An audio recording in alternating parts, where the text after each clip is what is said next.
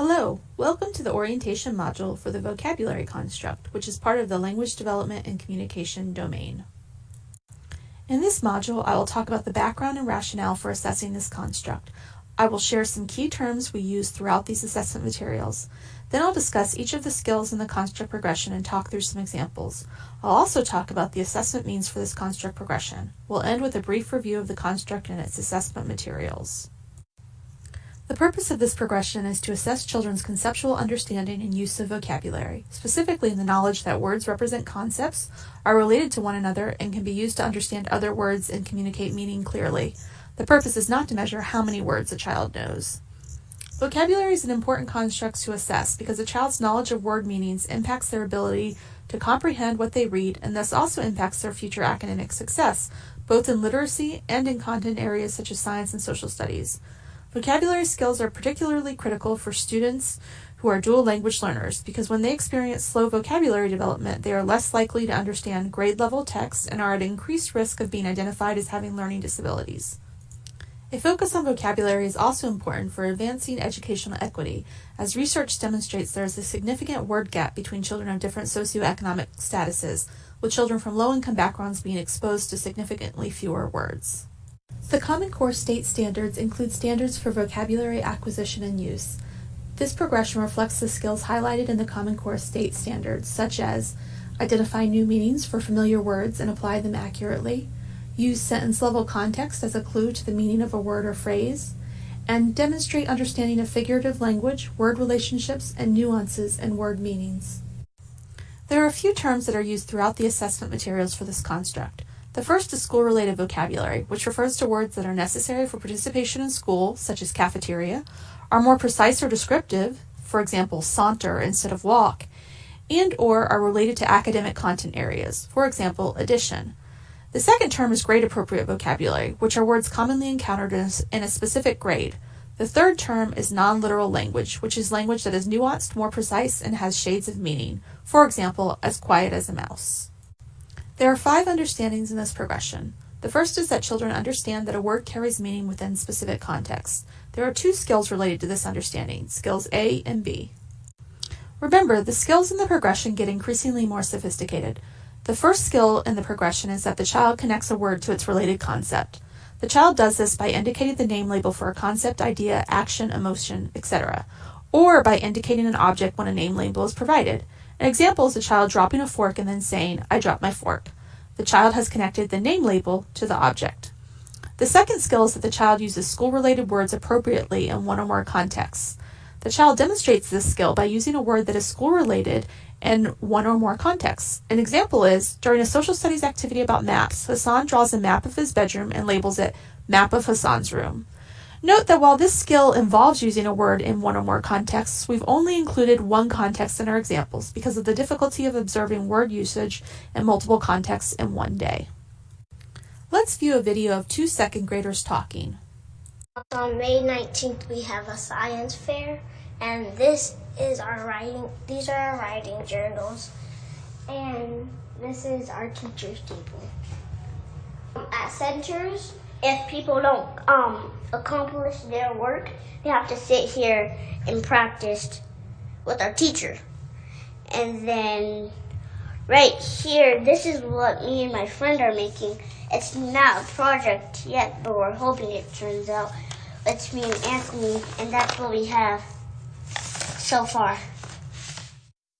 Notice that the girl used the word accomplish in context. This is a grade level appropriate word, and her use of it is an example of skill B. The second understanding is that children understand that they can use many words that are closely related in meaning to describe the same concept. Skill C falls under this understanding. Skill C is that the child uses multiple words that are closely related in meaning to describe a single school-related concept. For example, when learning about the Arctic, Kendra describes it as cold, snowy, icy, and frozen. All of those words have similar meanings.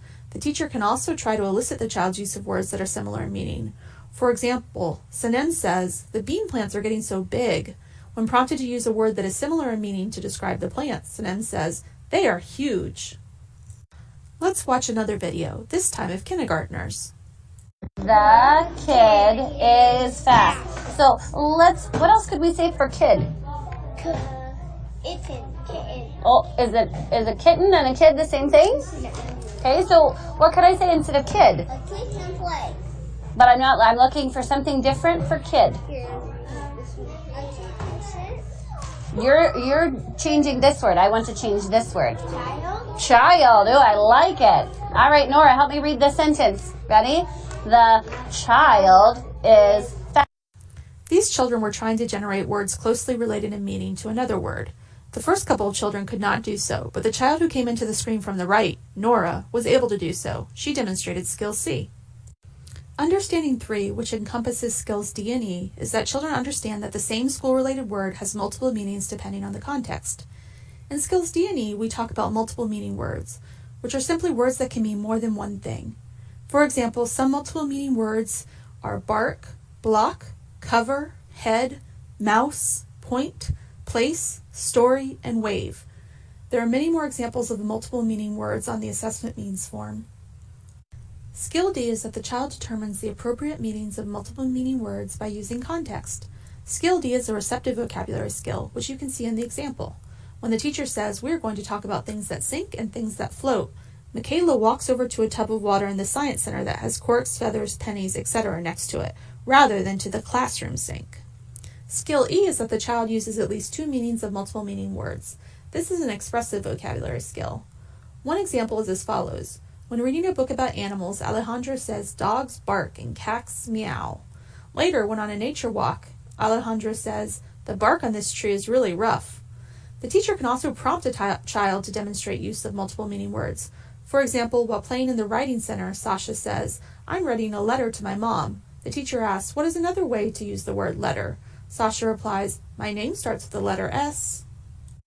The fourth understanding is that children understand that the meaning of a school-related word is related to other words with similar meanings, roots, or affixes, regardless of context. Skill F falls under this understanding.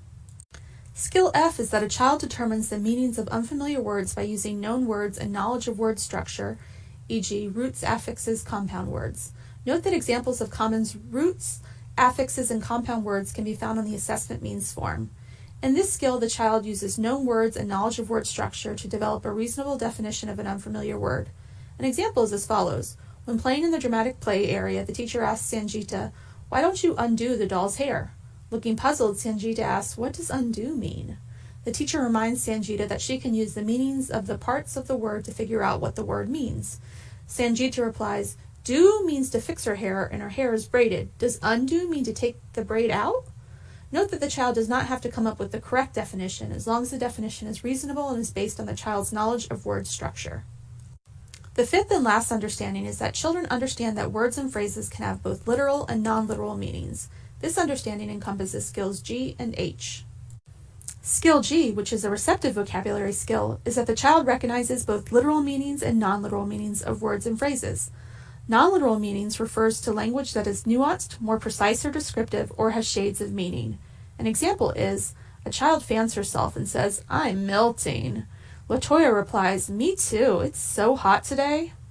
Latoya has spontaneously demonstrated her understanding that melting is another way of saying it's hot. Another example is, Renee acts out the words said and whispered, and then identifies whispered as the more precise word. Skill H, which is an expressive vocabulary skill, is that the child uses non-literal meanings of words and phrases. An example is, when Sochil asks to use the bathroom, the teacher says, "Yes, but you have to be quiet. They are taking a test in the next room." Sochil responds, "Okay, I'll be as quiet as a mouse." Another example is, when provided with a story, Becca edits the story by replacing the word big with the word gigantic and replacing the word laugh with the word giggle. The assessment means form provides a wealth of information about the progression, collecting evidence, and reaching a conclusion about the child's learning status. Key terms and sample word types can be found on the first page of the assessment means form. You can observe children throughout the day, especially during language arts and content-specific discussions or activities, such as science, math, or social studies. Potential opportunities for observation are present in any setting where children have the opportunity to actively communicate with their teachers, peers, or other adults. There are 3 situations for vocabulary. The first is a series of group discussion activities. The second is a series of writing activities. The third is a series of word sort activities. These are situations that commonly occur as part of classroom instruction. Note that no matter what situation you use, you will need to carefully plan which skill to assess and choose the instructions, materials, and prompts accordingly. This is because each situation is not one continuous activity. We strongly encourage teachers to review the situations and consider how they can be used to efficiently collect evidence about a child's vocabulary skills. The first situation is a series of group discussion activities. I'll go over the instructions and an example for one of the skills, Skill D. This skill is that the child determines the appropriate meanings of multiple meaning words by using context. You can structure a situation as follows. While reading a story or reading about a topic, the teacher points out a multiple meaning word and asks children to tell the meaning of the word. The teacher says, remember, some words have more than one meaning. We can figure out what these words mean by looking at the rest of the sentence or passage. Can you figure out what the selected word means by thinking about the rest of this sentence or passage? An example of this is, when provided with two meanings of the word ruler, a tool for measuring, and a king or queen, in the sentence, Harry used a ruler to see how long his foot was, Mabel says, you mean the ruler you use to measure things. The second situation is a series of writing activities. I'll go over the instructions and an example for one of the skills, Skill C. Skill C is that the child uses multiple words that are closely related in meaning to describe a single school-related concept. You can structure a situation as follows. During a writing activity, the teacher prompts children to write using words that have similar meanings to describe a school-related concept. The teacher says, you can use words with similar meanings to describe something. For example, you can describe ice as cold, cool, and frozen. Can you write or tell me a sentence that uses two words with similar meanings to describe a school-related concept? An example is, when prompted, Trent dictates the following sentence to the teacher. My favorite animal is the cheetah because it is quick and fast. The third situation is a series of word sorts. I'll go over the instructions and an example for one of the skills, Skill G. Skill G is that the child recognizes both literal meanings and non-literal meanings of words and phrases. You can structure a situation as follows. The teacher provides children with a set of word card pairs. One card in each pair contains a general word, for example, walk, and the other contains a related but more precise word, for example, march. The teacher says some words are more precise than others. These words can help people understand exactly what you mean. For example, the words walk and march both mean to walk, but march shows how a person is walking. Match the words that mean almost the same thing, but one is more precise. Once the child has created a pair, the teacher asks, which of these words is more precise? An example is, Rodney matches the words mad and furious and identifies furious as the more precise word. Note that there is no task for the vocabulary construct. We cover how teachers can document their evidence for each construct progression on documentation forms and in the platform in a separate module. We do want to point out that we have developed watch-fors for each construct, which are brief reminders and keywords that help differentiate the skill levels on the progression. These can be found on the documentation forms as shown here. So, to recap this construct, remember that vocabulary is a construct in the language and communication domain that measures the child's understanding of how words work in our language. The vocabulary construct progression has 5 understandings and 8 associated skills. The assessment means for this progression include observation in 3 situations. If you have questions or need further support, feel free to email or call your state contact. Thanks for participating.